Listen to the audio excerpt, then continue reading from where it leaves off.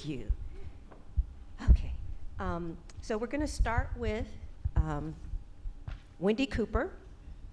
Wendy Cooper, Wendy, raise your hand so people know who you are.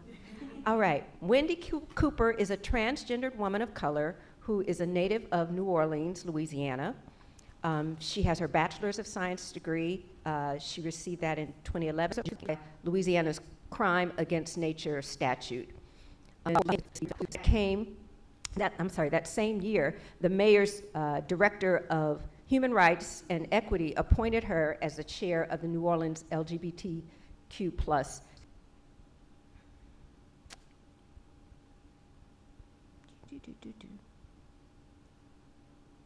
And Governor John Bell Edwards appointed her as a member of the Louisiana Task Force on Women's Incarceration. Because of her connections with the community, Ms. Cooper received a proclamation by Council Member LaToya Cantrell, who is now the mayor of the city of New Orleans. She was featured in an MSNBC news documentary, Floodlines, Community and Resistance from Katrina to the Jena 6, as well as a human rights campaign feature story. Ms. Cooper continues to work diligently for the dignity, health, and well-being and decriminalization of all transgender, gender nonconforming, lesbian, gay, bisexual, queer, and cisgender women, so these women can overcome all obstacles in their way. Welcome, Ms. Cooper. Next, we have Toy Washington Reynolds. Toy is a native of New Orleans, Louisiana, and a Hurricane Katrina. Wave your hands, Toy, so they can know who you are. Yes. She's also a Hurricane Katrina survivor. She considers herself to be a passionate community servant and gender rights and HIV prevention advocate with more than a decade of experience in the LGBTQ community, organizing and advocating for transgender equality, equity, inclusion, and reproductive justice, and HIV and STD education and prevention. Her life coaching skills offer her the tools in identifying their potential. She shares this passion to serve others, which in turn supports her ongoing quest to give love and inspire. She's been able to promote significant positive change within transgender communities, organizations, foundations, and service projects. She additionally sits on various executive boards and panels locally and nationally alike. This lends an opportunity to safe spaces which are created to support and elevate the fight for equality, inclusion, equity, and the advancement and empowerment of trans people of color. She's committed to community advocacy for the trans community, and she's been privileged to work with the U.S. Center for Disease Control, Gilead Sciences, Lynn for PrEP, Global Advisory Committee, the Black Religious Roundtable, which is how we met, on HIV, in Philadelphia Trans Health Conference, Black Girls Rules, and her most recent work, SNAPCO, and Women on the Rise. The latter are both nonprofit organizations specializing in the plight of incarcerated and formerly incarcerated efforts to help close the Atlanta City Center. She has cemented her leadership with successful academies and as a graduate of SNAP for Freedom School. Her final assignment, she assisted in organizing the first trans march in Atlanta, Georgia. She was part of the Transforming Movements Funds Young Trans Women of Color grant-making program, which helps address the lack of resources supporting leadership roles for women of color.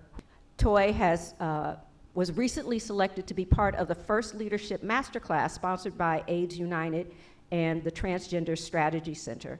Through the myriad of knowledge obtained through this program, Toy went on to create the Trans Women of Color Healing Project that's right here in Atlanta. The mission of the Healing Project is to speak knowledge to power and to combat the erasure of trans lives, narratives, and most importantly, trans contributions to society. Toy's personal and professional mantra, a person can forget what you did or said, but they will never forget how you made them feel. If I can help anybody along the way, then my living is not in vain. Thank you. Now we have Milan. Milan Sherry. Show the people who you are, Milan.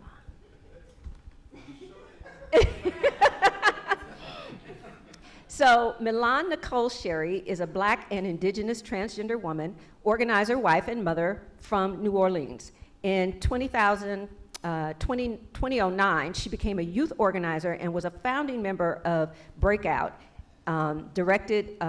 in direct response to killings of Black transgender women. Milan created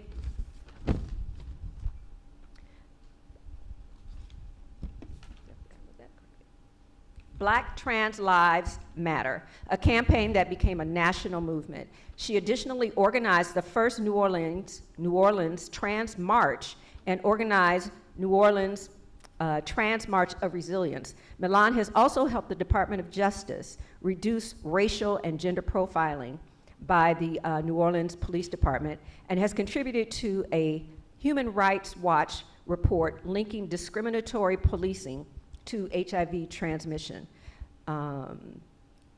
She was the recipient of the 2013 Rising Star Award presented by EQLA Quality. Milan has been involved with the American Bar Association's Opening Doors project and featured on PBS in The Life and in Vogue magazine, ABC News, BuzzFeed News, Ebony, The New Yorker, South Florida Gay News, and more local national news outlets.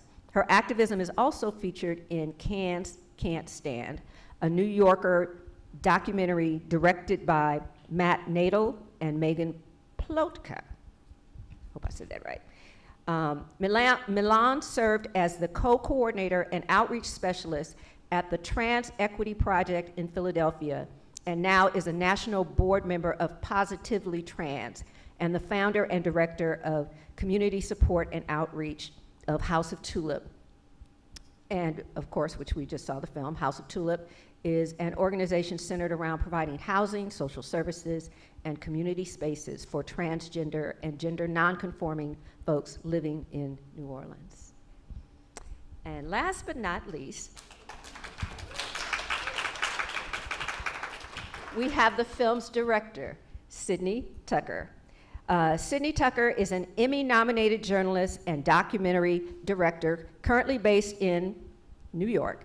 She has written, produced, and directed films for a variety of legacy and digital media organizations, including CBS News, NBC News, Al Jazeera International, and RYOT.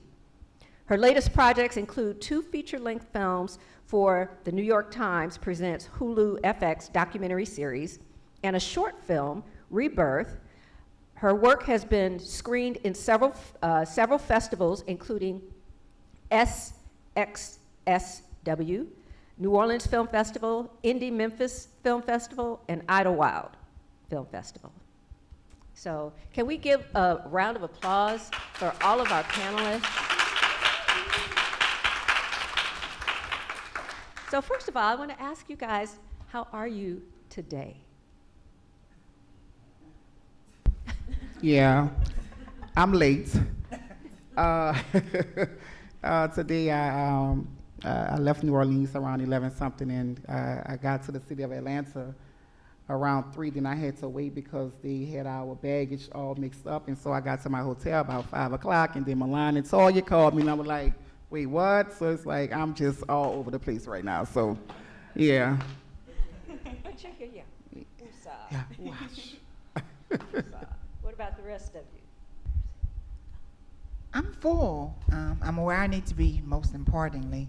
But I'm full. I say that in all honesty because I believe words have navigation systems and they go where we send them. So I'm speaking everything that I want to come out of this space to now transpire and now be transferred over into me.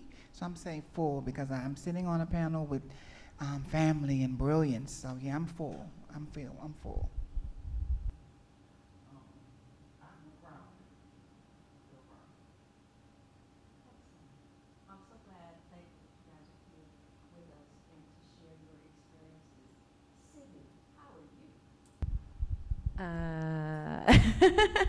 I am very happy to be here. Utmost gratitude to be invited into this space and to be reunited with these amazing women. Yeah, just really happy to showcase the film and also for everyone here to hear more about the incredible work that they do. So I want to, we can share. So I want to start with you as the film's director. What brought you to this topic?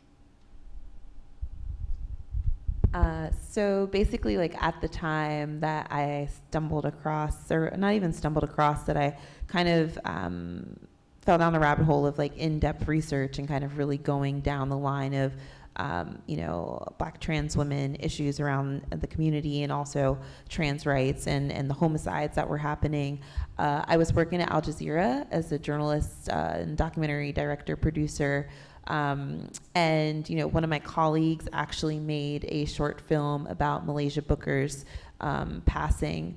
And to me, I was just really aghast, like once I started hearing and researching more about what was going on, because I wasn't hearing about the rates in which, Black trans women were being murdered, and it was happening at an epidemic level, like not just locally, not just nationally, but internationally. And as a journalist, that troubled me. As a human being, that troubled me. And so, I started doing additional research. As a journalist, you come from it from like almost in a very academic perspective, where you just kind of want to get the lay of the land. So you're looking at statistics, you're looking at where these things are happening on the ground. I saw that Louisiana had some of the highest rates at the time, unfortunately. So then I started doing a deeper dive into Louisiana specifically. And that's when I found what was kind of like the breadcrumbs to House of Tulip beginning. I found this article by The Guardian, I think, about Mariah and her work at the Transgender Law Center, and just all of the work that she was doing and how she was creating this fund for trans and gender nonconforming folks in an effort to combat what was happening during the pandemic, where a lot of folks lost their jobs from the service industry. And then, and Milan will talk about this more, but basically seeing a gap, and the real gap besides financial need was housing, and how the through line for that was okay, what are we gonna do about this? So I was it would be really amazing to kind of hit the ground running and meet these women and kind of film their efforts to start this organization and kind of gauge their interest in even being part of a documentary, because that was a whole other thing as well. But yeah. Thank you. Now I have a question for each of you, and I want you to answer it in your own way. So all of these women are bonded by their connection to New Orleans. So Toy is here in Atlanta. She is originally from New Orleans. So what I'm interested in is kind of, can you give us an arc of your career? What got you interested in being an activist, and what has the journey been like for you? Good evening, everyone. My name is Wendy Cooper. So for me, 20 years ago, I was impacted by a law in Louisiana that discriminates against the existence of LGBTQ individuals, which is called the Crime Against Nature Law. And so the Crime Against Nature law is a law that it goes back to the 1800s. And so this law was used to punish individuals for engaging in sexual activity that is not procreative. And so in the state of Louisiana, in 1982, Louisiana felt the need to resurrect this law, right? This was during a time where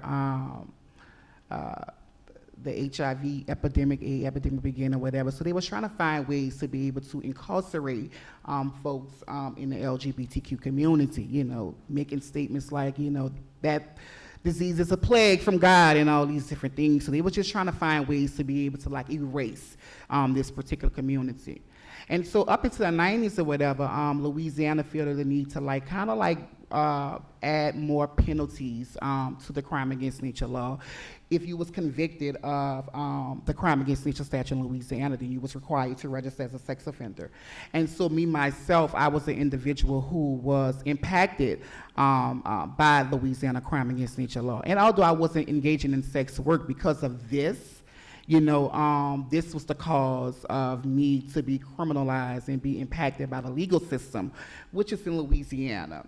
And so from there, being impacted by this law and having to register as a sex offender, that I was an individual who was walking in a society with this modern day scarlet letter over my head and having to go to different agencies and telling people that, I was impacted by the crime against nature law. I'm a registered sex offender and things like that. And so we had to do that because that was a part of a requirement. And so one of the things that as I was going through that journey, I began to notice within the sex crimes unit, within NOPD or whatever, they had me with individuals who was convicted of rape and who was convicted of pedophilia and who was convicted of, any type of sex act that was very harmful. But with the crime against nature law, it was more of like a conversation, or it was more of like if someone was to call the police or whatever, and someone was to tell the police that, these individuals was engaging in oral anal sex, and you can get up to 5 years in prison.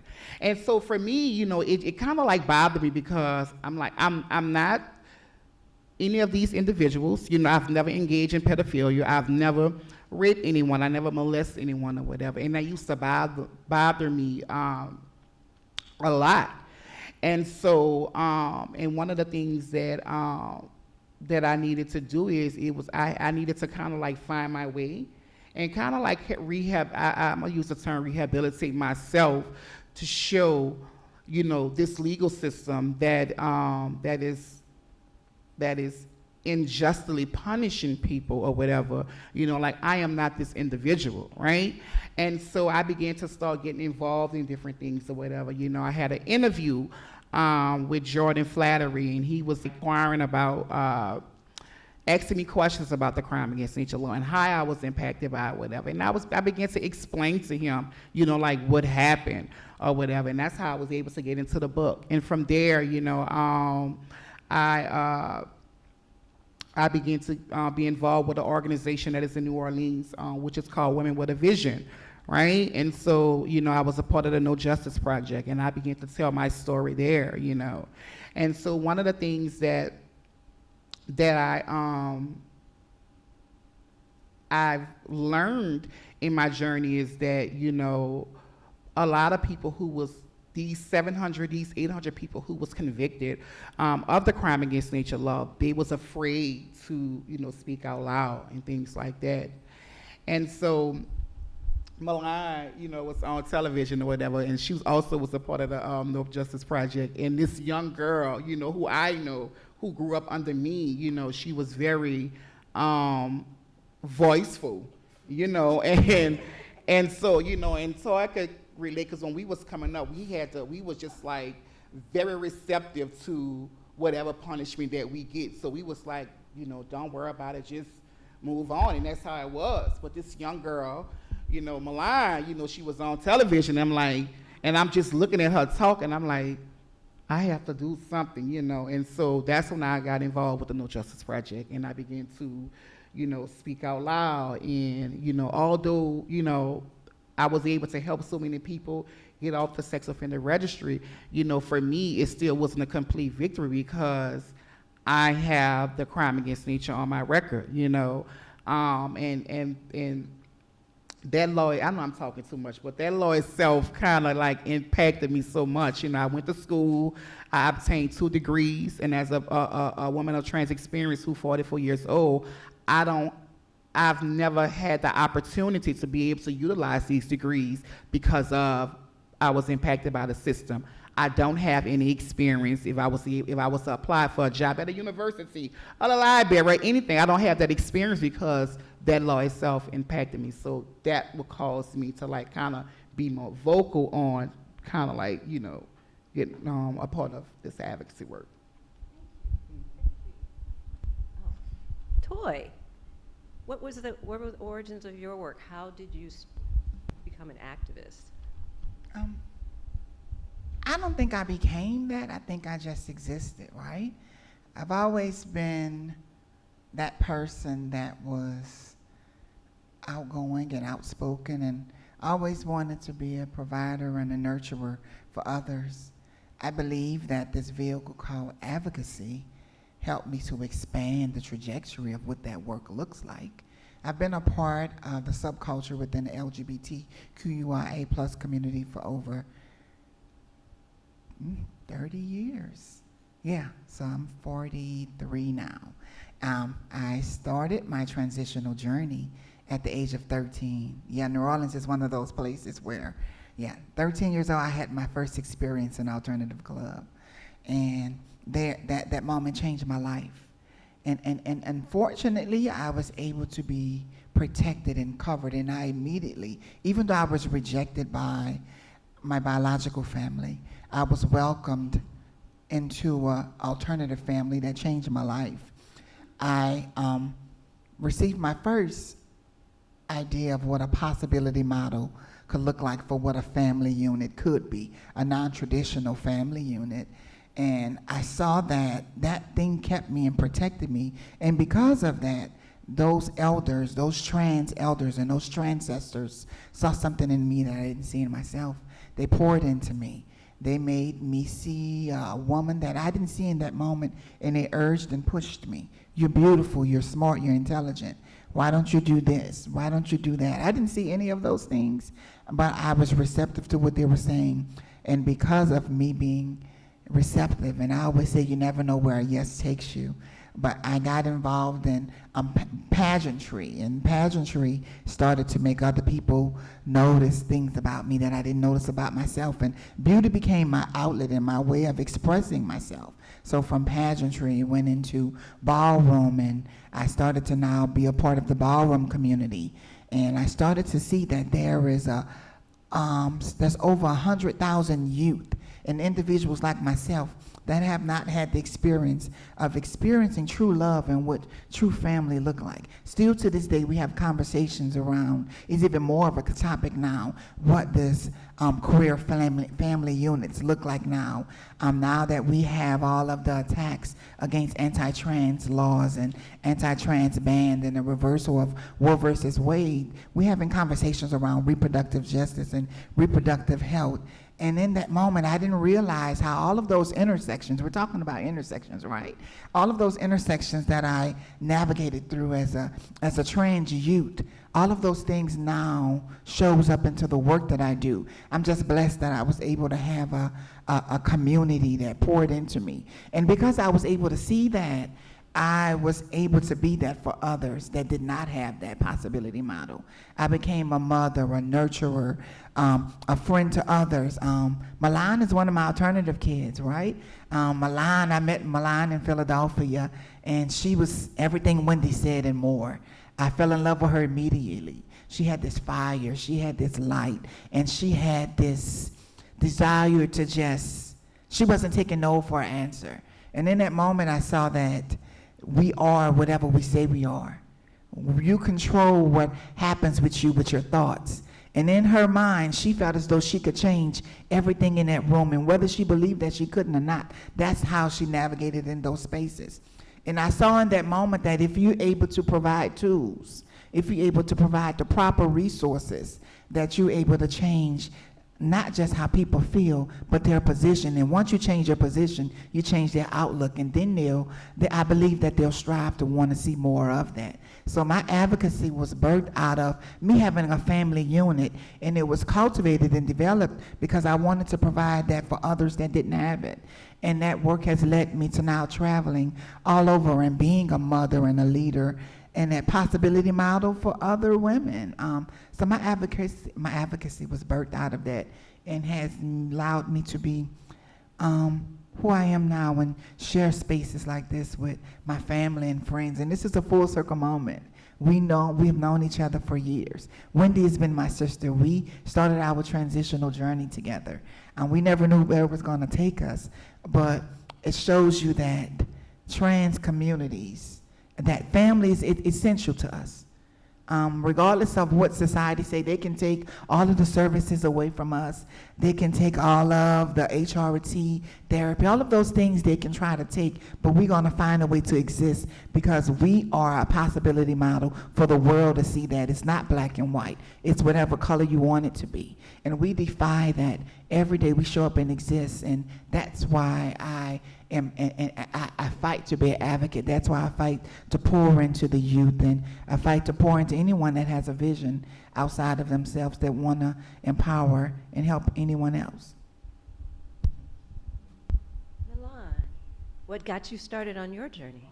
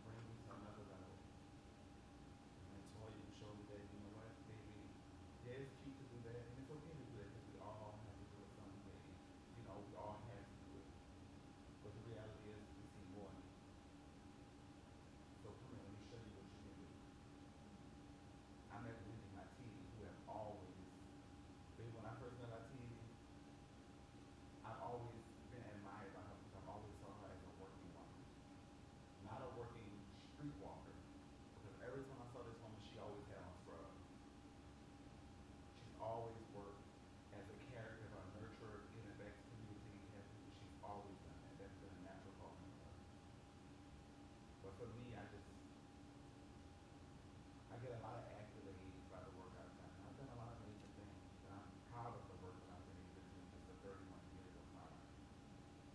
But I also do that work for me, because I'm not exempt from anything. I'm not exempt from walking out my door being targeted, murdered, attacked. The thing is, I have a gift, I use it, I go into spaces, I secure the resources, and I bring it back to my tribe as a chief guide. So that's a little bit about my start.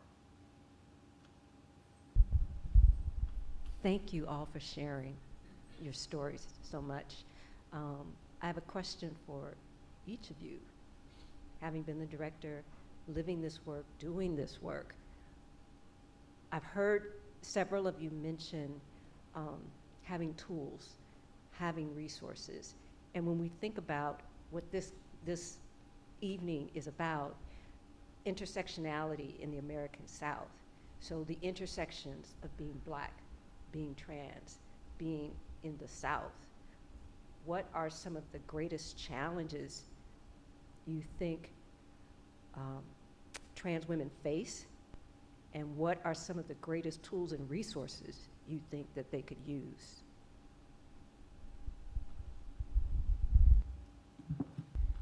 I would have to say the challenges are for some Black trans women in rural areas. My organization is in Tyrone, Georgia. I'm a part of District 4 Health Department, and if any of you know, District 4 Health Department supports 12 different counties, all the way over to LaGrange, from LaGrange to Columbus. So it's 12 counties that I represent that are not a part of the vast majority of services that are allocated for trans women in Atlanta. So resources are just the basic necessities. The resources are the things that transportation, technology, right? One of the things that I have to provide the most support for women in my community is transportation support to get to their appointments, to get to their doctor's appointments, to make sure that their needs are met, housing, emergency crisis support, having a phone. That's one of the most important things. Rural areas, internet. There's a shortage of internet services. There's a shortage of transportation. So being able to provide and support my community members with things that can support their activities of daily needs is essential. And because they're not a part of Atlanta, because they're in towns and cities where their existence is erased, or there's several attempts at erasing their existence. They're not able to show up and be themselves. When you see girls like myself in the city of Atlanta, you see, okay, where trans women are thriving, we exist. But once you get to LaGrange, you see a trans woman in LaGrange. You see a trans woman in Meriwether County. No, you do not. So that's one of the things. My goal and my mission is to go to those counties that are underserved, that has no representation, and to be that possibility model, and to combat the erasure and make sure that their needs are met. And the intersections that we're able to do that is by providing, we have this project called Healing Through the Highways. Healing Through Highways is an intentional program that's created to do just what it says. Provide that transportation, provide that linkage to support. We was fortunate enough to be funded this year by Sisters of Color addressing sexual assault, CSA, and this was the first time that Campaign for Sexual Assault actually acknowledged Black trans women as being women, and not just in a way to acknowledge us. They said, we want to support you because we want to support the work that you're doing that's highlighting and normalizing trans women as women, but most importantly, you're doing your part to combat the erasure of their lives and talking about something that most women are going to experience or have experienced or a victim of or a potential victim of being a survivor of sexual assault. We all have been a victim of sexual assault, whether we know it or not. Unwanted touching or groping or someone that's forcing themselves on you in a verbal way. That's sexual assault. And as a trans woman, we have encountered this all of our lives. And as Wendy said, we've had to normalize these traumatic experiences. And one of the things that we want to do, and one of the goals of the Healing Project, is to have conversations and bring those resources to those trans women in those rural areas, not just for them to talk about their issue, but to provide some resources that can support them and support their healing journeys, whatever they may look like for them. We like to support trans women in their healing modalities. Healing modalities for us in Trans-Pacific, healing modalities is whatever you identify that as being, whether it's getting your nails done. Sometimes you have a person that, a trans woman that has so much she's dealing with. She'll come to you, oh, Ms. Toy, I want to talk about something I'm experiencing. I say, okay, well, before we get into that, let's go get something to eat. After we eat, we'll go get our nails done. And some of them, let's go get a massage. After we haven't had that experience, well, I don't want to talk about that today. And that's the purpose of it, right? We want to make sure that community members feel their life and feel in that moment to understand the importance of this moment and be present. And let this moment, let this feeling catapult them to wanting to start a new journey. That's when the true healing begins for me. In my mind, that's when the true healing begins. So being able to be that possibility model, being able to provide those transportation, those modes of healing for community members is one of the things that we do that navigates and kind of bridge those intersections that we talk about. So that's one of the things that we do. That's the community that we serve in rural Georgia at the Healing Project. I would say definitely right now one of the main and biggest challenges in the South is the anti-LGBT and trans laws that are being passed. We see it in Alabama, we see it in Louisiana, we see it in Florida, we see it in Tennessee. And this is something that is real, right? That there are laws that are literally being passed or proposed to really wreak havoc on TGNC folks' lives.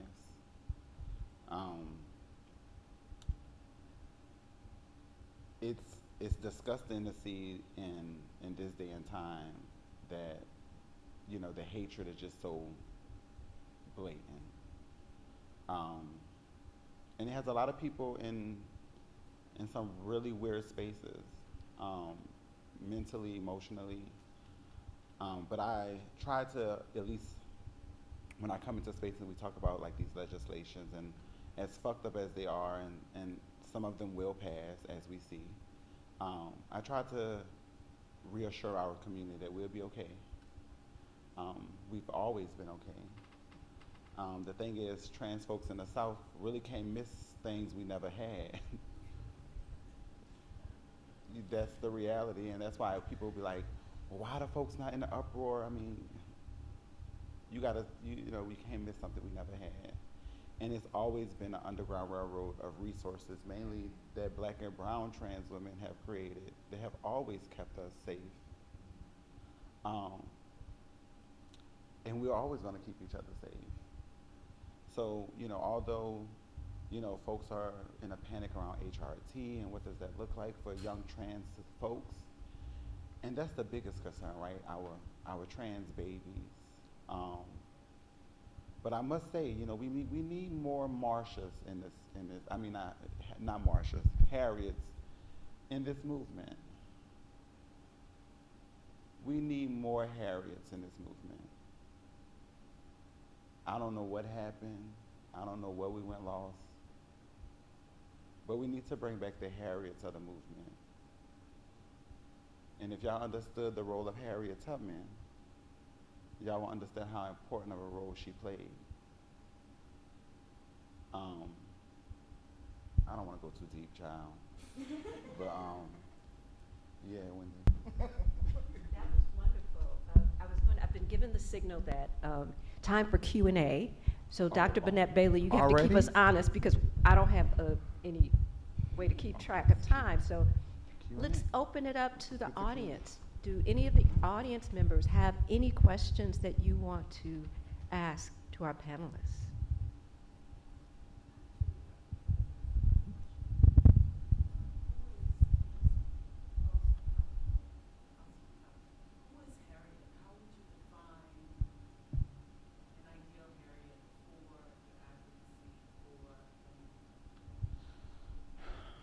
Well, honesty, within this, there's a lot of performative advocacy.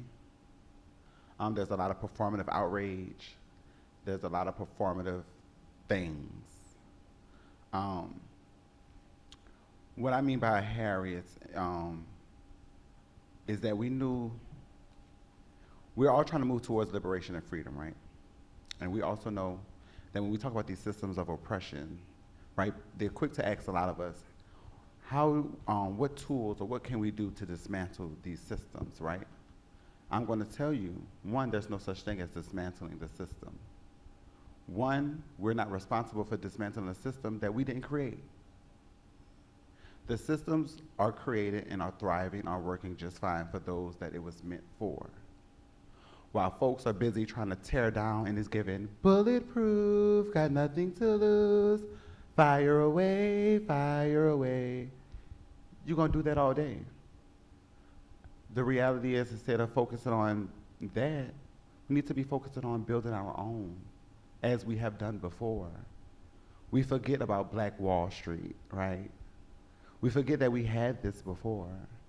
Now, what was different between then and now, Black folks didn't have the protection. We have it today because we have each other. An injustice to one and an injustice to all, right? So if we actually stood with one another versus against one another versus playing the oppression Olympics, because we love doing that. Oh, you got a story? Well, guess what? I got one better. And bigger. Tired of it. We need more people that's going to keep it real, that's going to keep it cut and dry, not going to always come with the clinical backgrounds, things that they done taught you in school. Sometimes your community need real conversations. Sometimes it takes for some of us to say, you know what, get your shit together. Sometimes it takes for us to say, you know why this is going on? Because you need to take accountability. We need to stop putting pacifiers and coddling and worrying about how people feel versus really giving them the truth. Because what I can tell you as a person in this movement who have created a lot of safe spaces, when we leave out of these doors and we go out into that world, there's a lot of nasty dragons out there.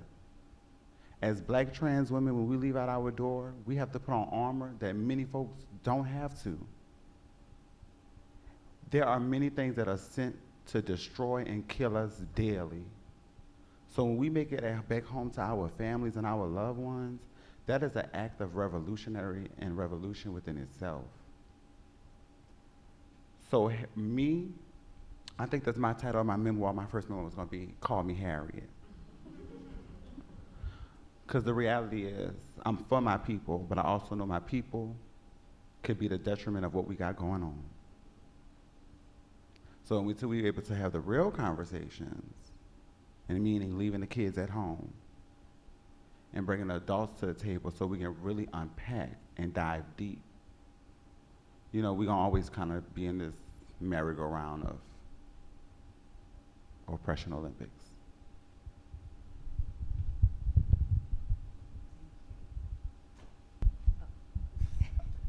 I tend to leave that, like, you know, I tend to kind of Do we have any other questions from the audience?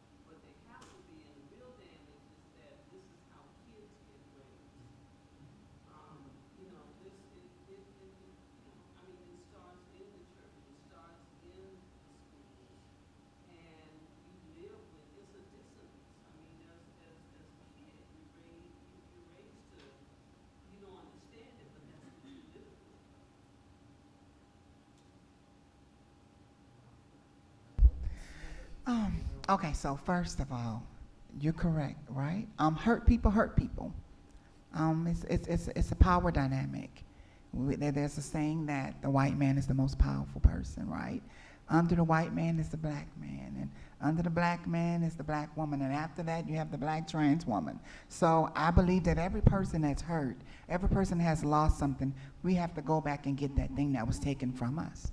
And unfortunately, trans people are that, for the black community, trans folk are that community that they now can take back the things that was taken from them. Because when we hurt, we have to find somewhere to place the blame or have to make sense of this. It started even when our entryway into America. What took place on that slave ship was so traumatic, and it took our bodies and put us into shock.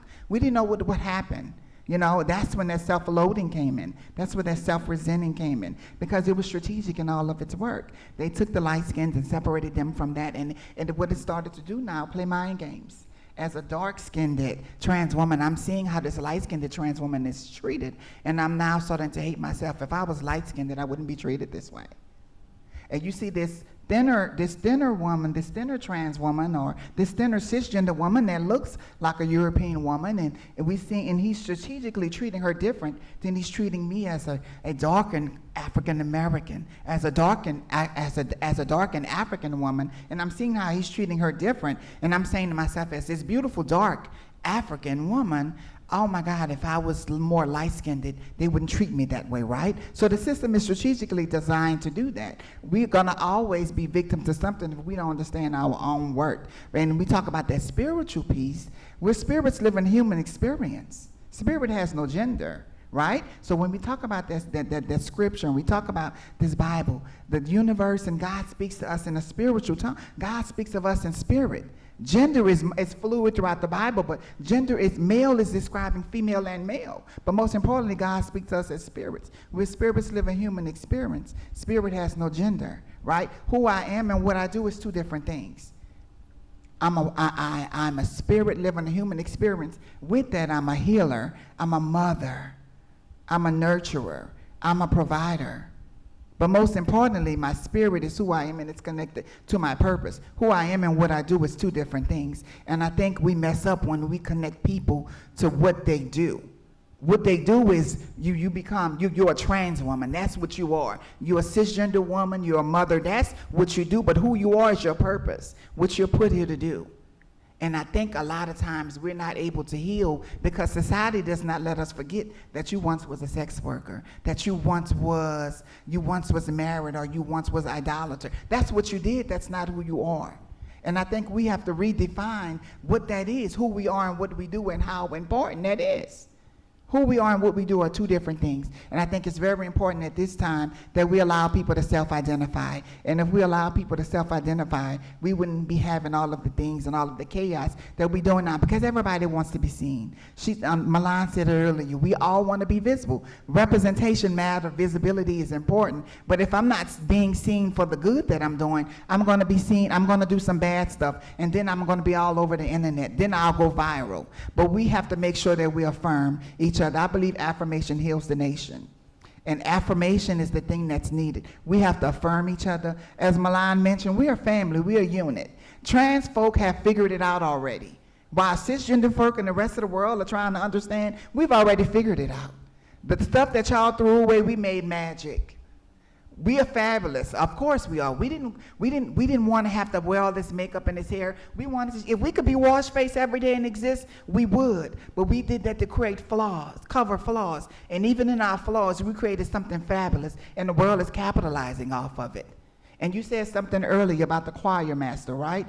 I believe at this point, we have to stop accepting people for performance. Everything we do now is performance. If I walk balls, I do pageants. If I'm not at the club and I'm not doing a ball, or if I'm not doing a show, they're pretty much looking at you, what are you doing here? If you're not providing a service, why are you here? It's not your night to be on stage. So our role in this world is performative, no matter who you are. It's even worse when it comes to trans folk. Regardless of not, there's a difference between acceptance and tolerance.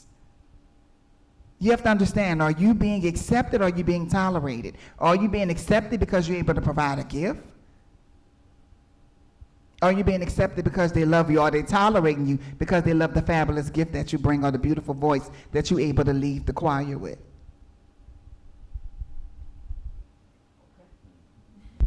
That was good to it.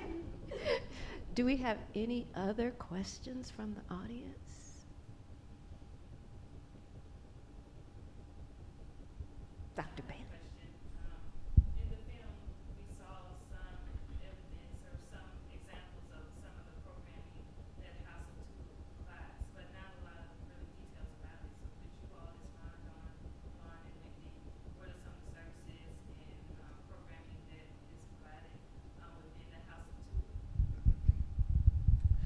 Yes. So, of course, House of Tulip was founded. Well, we just celebrated our 30-year anniversary this month, June. So yes.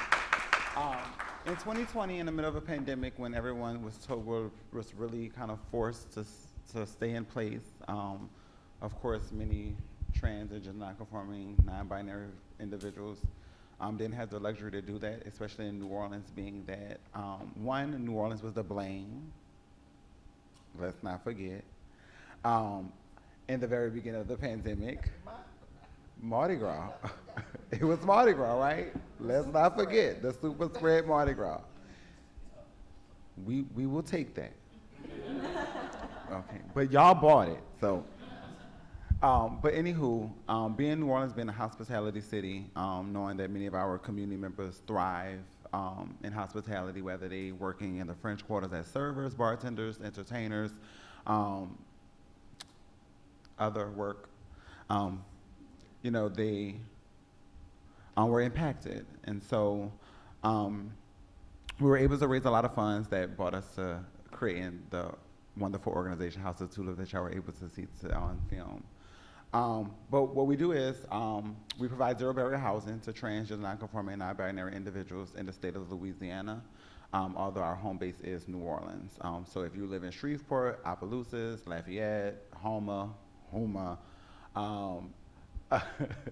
Crystal, it doesn't matter what part of Louisiana you live in. If you are in need of our resources and services, we are more than happy with assisting you with what you need.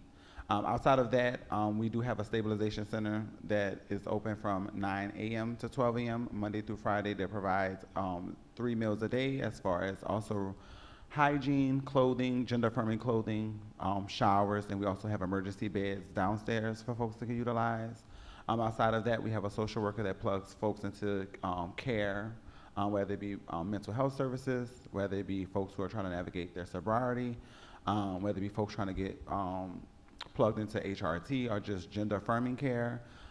We also have Wendy, who does a lot of our linkage as well, who also assists with legal name change with our community members, who she also helps support with the funds with that as well. So yeah, there's a plethora of things that we do outside of housing. Although housing is our focus, we truly believe in meeting community where they are. So versus us being in these roles of dictatorship, we meet a person, we figure out a game plan what works for them, because we also understand what I want may not be what you want, right? And that is okay. But what can we do to get you where you feel that is best for you, right? And so we come up with a game plan. We provide folks with housing. Folks can stay in our program anywhere from 6 months to a year, so it is a long-term thing. We're not emergency sometimes, and that sucks, right? Because we want to be like faced what we only have emergency beds during the day, right? So at 12 o'clock, unfortunately, people have to get up and they have to go. That's sad, right? And that's why we need more funding, so we can expand and create more spaces. However, the long-term housing, we only allow to have 8 people there at a time. Like I said, because they're long-term, people are there from 6 months to a year. After the 6 months, we do evaluations, we check in. Some of the requirements to be within the long-term housing, because it is a program, we believe in supporting folks, not taking care of folks. It's a difference. Meaning, when you come into our program, there are some commitments that you have to make, and we're going to work with you through that. So one of those things is, one, if you're not working, you have to be either going to school or volunteering within the community at other organizations. Outside of that, if you're working, you're to contribute to your community savings, which is 60% of their savings go into their savings account. So when they leave our program, they have enough financial support so they make that transition to their own. So we don't charge them to stay in our program. They're allowed there to stay there for free. They only have to have make commitments as far as being inside on time, checking in with, the basics, nothing hard. But yeah, that's pretty, and outside of that, we love to have a good feast. So we do a lot of cooking for our community. Every year we have our Friendsgiving for around Thanksgiving. We have a community. We don't do the potluck style. No tea, no shade to the potlucks, but absolutely. And we know that. And I don't want no potato salad with raisins. So we're gonna go ahead and keep it catered, and and it allows people to just show up. We want you to just show up. We don't want you to feel that you have to bring something or make something to come. Just show up and everything is taken care of. Non-performative. We don't want you to be. I don't know. See, this will happen with his family because we know things. We can speak without speaking. Yeah, I want to thank Joy so much for giving us that notion of being full. I just feel full personally from this commentary. It'd be hard to express how meaningful it is, how deeply it hits, how it just goes right down the shaft of one's own history and gendering. So thank you, because it's glorious. And I want to ask a question of Cindy, because given this fullness, I want, Cindy, sorry, didn't hear that. That's her mother. That's my mom. Just ignore her. Literally ignore her. I'm sorry. She's like my PR person. She's like, It seems like an impossible task in the short space you had to work with here. Could you say a little bit about the sort of shape, the arc, what you were after, the difficulties that you had to face of trying to edit what must have felt immense, in the lives before you? So I guess a question about that, feeling so full from the commentary, moving to form and yeah. as receiving this and interacting so deeply. Okay, well, one, being like an independent documentary filmmaker is very hard. The US really just does not support documentary as an art form, unlike like European countries where the government will give you money to make films because they think they're educational and helpful to the world. And so there's a very small pool of funding that's available to make docs. So first and foremost, there's that, right? So during the pandemic, like I was saying, I was researching, I found Mariah Milan through that amazing Guardian article. And from there, it was it's very different too, because as Black queer identifying filmmaker, I was seeing that, there's not only a gap in coverage in terms of wanting to make a film like this, but also transparencies and processes. I also teach yoga, and I come from a trauma-informed yoga background because I teach prison inside for incarcerated populations. And so I was coming at it from a very different perspective than most documentarians or journalists, because sadly our industry is very built out of just white supremacist cultures. There's a lot of just dropping in observational accounts of I know everything about this community even though you don't, and dictating that. So for me, the first most important step was contacting Mariah Milan and getting to know them even without a camera, letting them just know bare bones, letting them know I've done my research, but I only know so much because I'm not a Black trans individual. And very humbling, being would you be interested in being involved in something like this? I don't even have funding yet. I'm going to start applying for funding. and just like from the set, where like that doesn't happen. Like usually most documentary filmmakers have an idea of the film that they're going to make. They just kind of drop in, they film, they're like, okay, bye. And then they don't have any relationship with the community after they leave. It's just very much, and they don't prepare them, God forbid, if the film like wins an Oscar or an Emmy, like they just don't know what that is. And there's just zero trauma-informed practices that are inserted. So it was very much like piecemeal because there was no roadmap for me to do this. So it was just a lot of check-ins with Mariah Milan constantly, like, are you comfortable? Do you like the way that you're being perceived? Do you feel like your full story is being perceived? Can I film with you today? Are you comfortable with that? Like, it's okay if you're not. Like, okay, we're not filming that day. And just really learning to pivot, but also learning to really build relationships and a collaboration across the board to make sure you're making the film its most authentic portrayal of itself. And then, just doing that along the way. And obviously there's like mishaps that happen or like miscommunications, but that just makes you like a stronger individual, a stronger filmmaker, also a stronger friend, and so that was kind of the process with that. Yeah, Milan can talk about more. That was so nice, Sydney.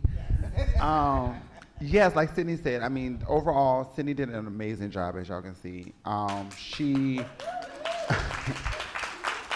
She represented us well, and I think, like, as far as, this was an over a year project, that Sydney was working with us and in our space, in our personal space. And although we made it to the end of things, and it was so successful and beautiful, and at the end, we can say that we are definitely family.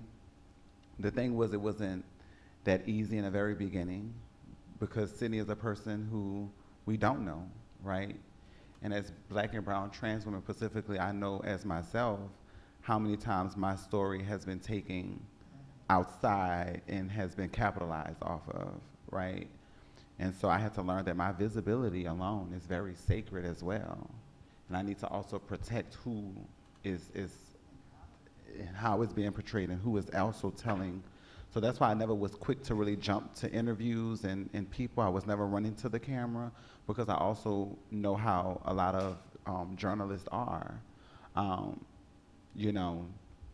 So just having to really build that relationship with Sydney, Sydney can tell you it was a lot of like, oh, Miss Thing, we don't know, we don't know. But at the end, Sydney was very, very convincing with,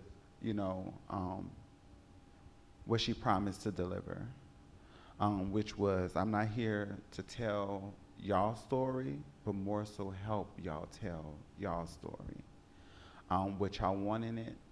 And what I appreciate about her is that most times people film with you, like, for example, I did a Vice interview. Vice came in, they did their thing. Child, I didn't hear about it until it was aired, right? Did I appreciate it? Yeah. Did I like what the content they put out? Because everything that we filmed and what y'all narrowed it, I was a little disappointed. But I appreciated Sydney, for one, before they put out anything, they ran it across our desk every time.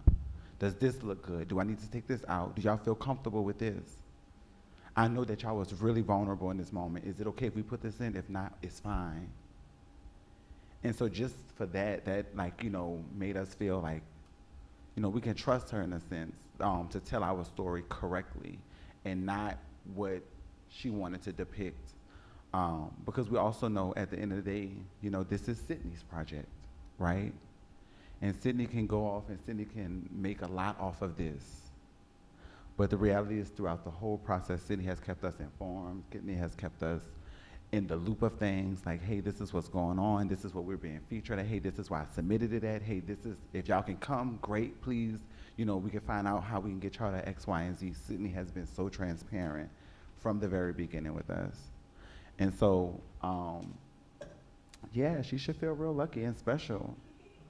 I do feel very lucky and special. Thank you for your intentionality, not just with the film, but the way that you were so intentionally protective of their stories, their narratives, and their space, right? And also my city. I left New Orleans in 2005 and have not been back to live. And looking at this documentary made me say, "Oh my God, my city's beautiful." And I very seldom say that, right? But you captured the city of New Orleans in a way that only a true New Orleanian would. And if I didn't know earlier that you were from New York, I would have automatically assumed that you were one of our Possum Blanc siblings, you know. Possum Blanc is one of the names, one of the things that we call some of the people that's from there, that's of the mixed or olive tone, the biracial folk. We call them Possum Blanc, so they're mixed. They all were divided, so you know, New Orleans has a lot of race and history and segregation within itself, but you would have been one. I thought you were one of our Possum Blanc siblings. Well, I can be an honorary member.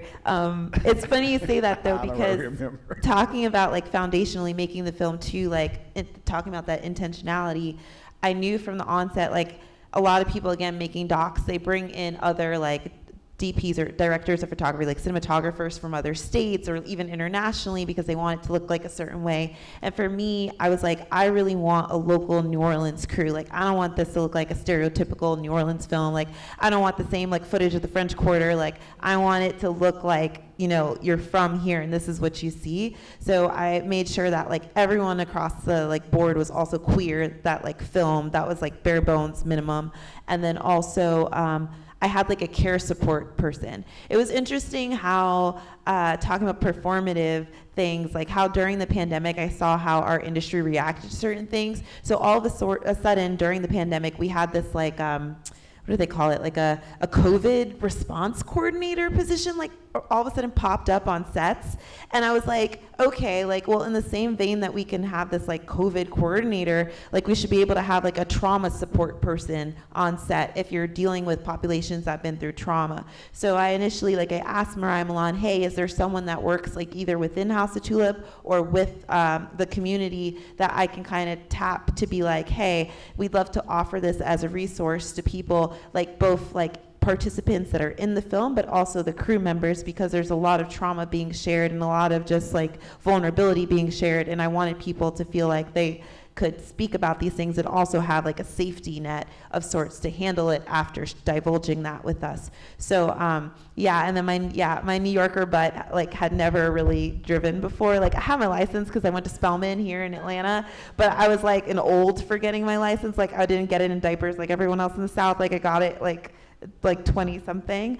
And so like I literally bought a car and moved to New Orleans, which Mariah Milan probably thought was crazy. I was like, we're about to make this film. We're going to do it right. I'm about to embed in this community and live here. I literally lived like a couple blocks away in a non-stalker mode. I did not know where the office was prior to, mind you. I was just like, oh, it's like 2 blocks away. This is great. And I would just show up every day without a camera, because that was important to me too. Like these amazing like events that they would host. I attended Friendsgiving. It was lit as hell. Food was great. Lots of dancing. Really appreciated it. And that was also like, that sense of joy and community is what I really wanted to inject basically in the film. Like I didn't want it all to be about trauma. Like I wanted people to get a sense of like, okay, this is the lay of the land. This is what's happening, you know, to Black trans women specifically, but that they're more than just this violence. They're more than all of this, right? They're their aspirations and the love and the joy and the familial structures that you see with Milan and her mom is like beautiful. Like you never see that. So incorporating all those things were very important. Sorry, that was a really long way to answer that question. Thank you. I've been given the signal that it is time. I want to thank each of you for being here, for your contributions, for sharing your experiences with us. There will be a reception, so folks will have, I got your attention. I saw you. So you will have it.